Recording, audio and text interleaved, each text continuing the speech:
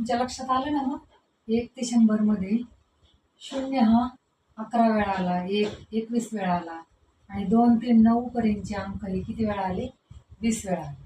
आता त्याच्यावर कसे प्रश्न विचारले जातात हे आपण 4-5 प्रश्न बघूया. काय प्रश्न आहे? 1 ते 100 संख्येमध्ये 0 एकक स्थानी किती वेळा आला आहे? एकक स्थानी किती वेळा आला? हा आता तुम्ही जर विचार केला तर 10, 20, 30, 40, 50, 60, 70, 80, 90 आणि 100. 2, 3, 4, 5, 6, 7, 8, 9, 10. म्हणजे किती वेळा अंक आलाय? 10 वेळा. किती वेळा आलाय? 10 वेळा. आता 1 ते 100 मध्ये 0 11 वेळा आलाय. पण इथं प्रश्न काय विचारलाय? एकक स्थानी किती वेळा आला? लक्षात येतंय?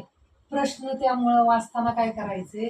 अगदी काळजीपूर्वक समपूर्वक प्रश्न वाचायचा आहे आणि नंतरच तुमच्या लक्षात येईल की काय काढायचं. फार सोपं आहे. तुम्हाला जर विचारलं असतं 1 ते 100 मध्ये 0 किती वेळा आला तर आपल्या हे लक्षात होतं, आपण डायरेक्ट 11 लिहून टाकलं असतं. पण इथं त्यांनी एक अट घातली की तो अंक एकक स्थानी पाहिजे. 0 कुठे पाहिजे? एकक स्थानी पाहिजे. म्हणून मग इथं 100 मधला 1 0 कमी होतो. म्हणजे 0 किती वेळा आलाय? 10 वेळा आला. किती वेळा आलाय? 10 वेळा आलाय. आता दुसरा प्रश्न पहा. 1 ते 100 मध्ये 0 दशक स्थानी किती वेळा येतो?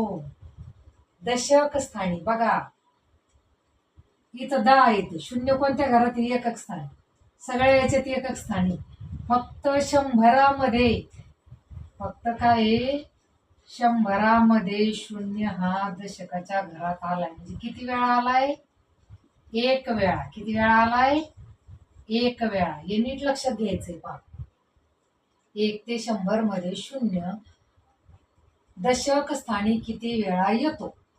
आता तुम्ही लगेच पटकन दशक स्थानी जर थोडस विचारात नाही घेतलं तर आपलं उत्तर चुकू शकतं. पहा, तुम्ही डायरेक्ट लगेच 10, 20, 30, 40 करणार की लगेच नाही तर किंवा 11 लिहून टाकणार. पण प्रश्न नीट वाचायचा, त्याचा अर्थ समजावून घ्यायचा. प्रश्न छोटाच आहे. 1 ते 100 मध्ये 0 दशक स्थानी किती वेळा येतो? दशक स्थानी फक्त 1 वेळा येतोय. 100च्या तिथी. पहा, एकक, दशक, शतक. आले लक्षात? पहा, 100च्या तिथे एकक,